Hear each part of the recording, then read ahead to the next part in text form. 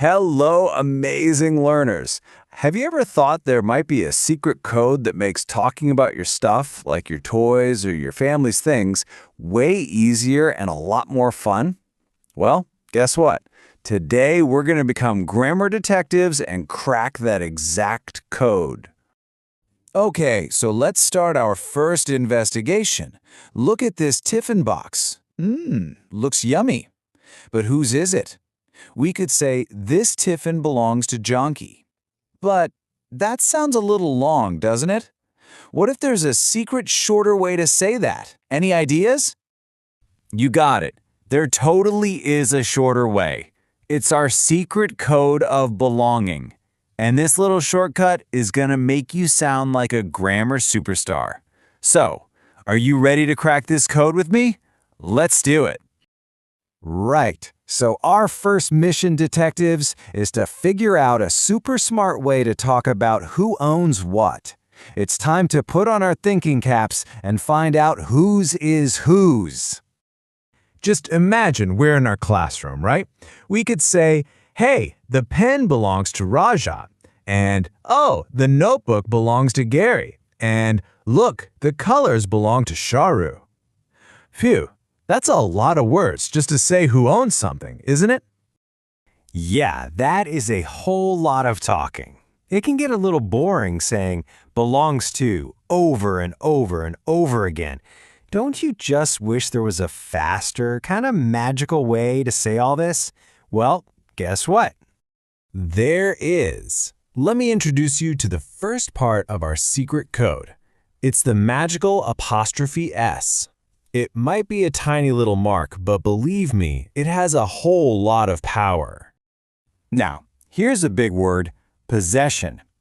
It sounds a bit tricky, I know, but all it really means is ownership, like who something belongs to. So your favorite cricket bat, that's your possession. Your school bag, that's your possession too. Simple, right?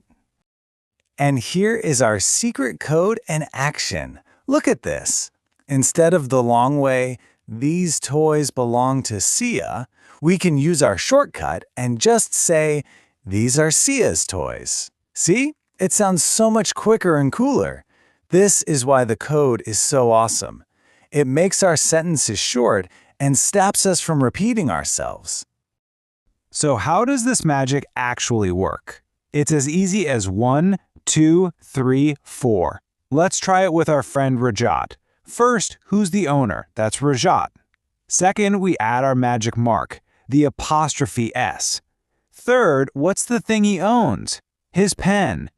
Put it all together and our secret code says Rajat's pen. Easy peasy. Let's try a few more, just for fun. The shoes of my father becomes my father's shoes. Yup. How about the books of my brother? That becomes, you got it, my brother's books. And one more. The bicycle of Annie becomes Annie's bicycle. See? You're already getting so good at this. Okay, you've totally mastered the first part of our secret code for when something belongs to just one person. But what if something belongs to a whole bunch of people? Well, it's time to learn a brand new, super cool trick for our code. So think about it. What about a room that belongs to all the girls in a school? Or maybe a football that all the boys on the team are playing with? How does our secret code work when there's more than one owner? So here's the secret. There are two super simple rules. If the group's name already ends with an S, like girls, you just add the magic apostrophe after the S. So we get the girls' classroom. But if the group's name doesn't end in S, like the word women, you add the apostrophe and an S, just like we did before. So it becomes the women's bangles. Got it? All right, grammar detectives, get ready. It's time to test out your amazing new code-breaking skills and solve a few mysteries. Let's see what you've got. Okay, here's your first case, detective. The phrase is, the game of the boys. How would you rewrite this using our awesome shortcut? Take a second to think about it. And the answer is the boys game. Yes! Did you get that right? Because boys already ends in S, our magic mark just goes right at the end. Fantastic work, detective. You're on a roll. Okay, here's your next case. This one's a little bit trickier. It's the day for the teachers. How do we crack this one with our secret code? And the answer is Teacher's Day. You are officially a master of the secret code. That was brilliant. You're getting so good at this. Now that you're a secret code master, here's the most exciting part. You'll start to realize that this code isn't just for your school books. Nope, it's hidden in plain sight absolutely everywhere you look. Check this out. Here's Ravi at the movies. We can see Ravi's family. And what about that yummy popcorn that belongs to all his friends? That's his friend's popcorn. See, I told you. The code is everywhere, and it makes our sentences so much easier to say. So what's the big secret we cracked today? Well, the possessive noun is just our special grammar shortcut.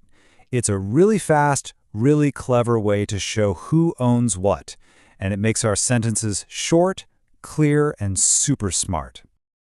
And now, for your final challenge, my star detective, I want you to look around your house right now.